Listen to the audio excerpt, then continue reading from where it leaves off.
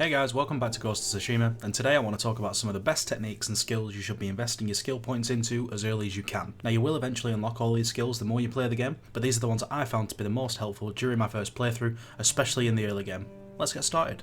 Being honest, this is the first time I'm making a video like this, so if you enjoy it, please let me know in the comment section and let me know how I did. One more thing, if you could hit that thumbs up button, that'd be awesome. Let's begin with stances. Now these provide some of the best early game bonuses against different types of enemies, and each stance has its own unique skill tree that can develop your combos further. If you are using this specific stance against its suited enemy, you'll deal additional damage as well as break their guard quicker than if you were in another stance. You automatically start with Stone Stance, which is perfectly suited for swordsmen, but for the rest of the stances, these need to be unlocked first through skill points. 1 skill point is given to each Mongol leader that you kill. 3 points is needed to get to your second stance, which is very effective against shieldmen. Rather than killing 3 leaders, you can actually sneak into the camp and study the leaders before killing them. Studying the leader will grant you an additional point towards your new stance. This doubles the amount of points you can get per leader per encounter, which means you unlock your stances faster, which means you'll kill your enemies faster. It's a win-win. One last thing about stances is once you've unlocked a few of them, I'd recommend learning how to switch stances mid-combat and adapting on the different enemies that you face. Moving on to the meat and potatoes of the game is choosing to invest in either Samurai or Ghost. Now obviously you're going to invest into both, but what I recommend is you invest into the first points of the Samurai tree, which is deflection and evasion. The first unlocks for these trees is perfect parry and roll. Having these covered increases your survivability in being able to react to any type of incoming attack.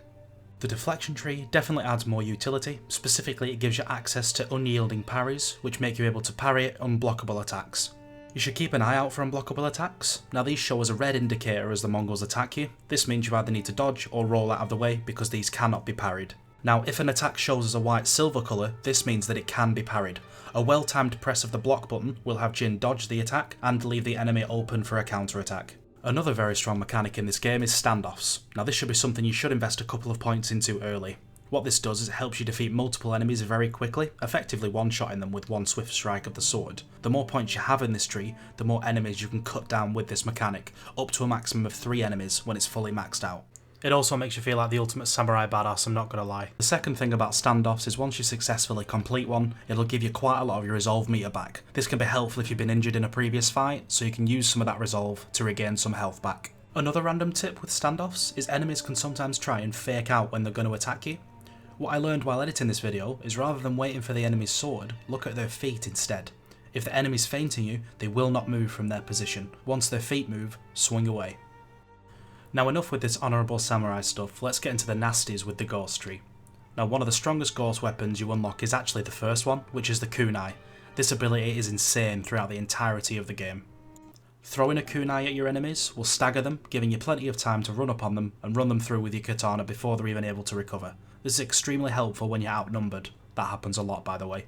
Putting more points into this skill means you throw more kunais and you eventually deal double damage with this weapon. Another fantastic skill you should get early is Iron Will. This gives you a second chance if you happen to be defeated by enemies. It does cost resolve to use though, so make sure you've got some saved up if you know you're going into a difficult fight. More ghost skills to unlock would be Smoke Bomb. Now this I think is an incredible skill when combined with the chain assassinations. You can initiate a fight by assassinating up to 3 enemies, then when you're overwhelmed you can throw down a smoke bomb and chain assassinate up to another 3 enemies. When fully upgraded, the smoke bomb actually heals you, so it's a must-have. Drifting away from combat, I have a charm you should unlock as soon as you can. Throughout your playthrough of Ghost of Tsushima, you'll notice that you'll be gathering quite a lot of resources to upgrade your armour, weapons and your pouches. The Charm of Inari can be found at Arrow Peak Shrine. Just head south on the map from the first tale with Lady Masako. This, as I said before, gives you more supplies, predator hides, bamboo and yew wood that you collect. The earlier you get this charm, the more you're going to benefit from having it, so grab this as soon as possible. Well, that's it for the tips and tricks video. I do hope you enjoyed it. If you have any tips from me for Ghost of Tsushima, please put it in the comments below. And if you want to see more content like this, please hit that subscribe button. Thanks so much again for watching, and I'll see you in the next one.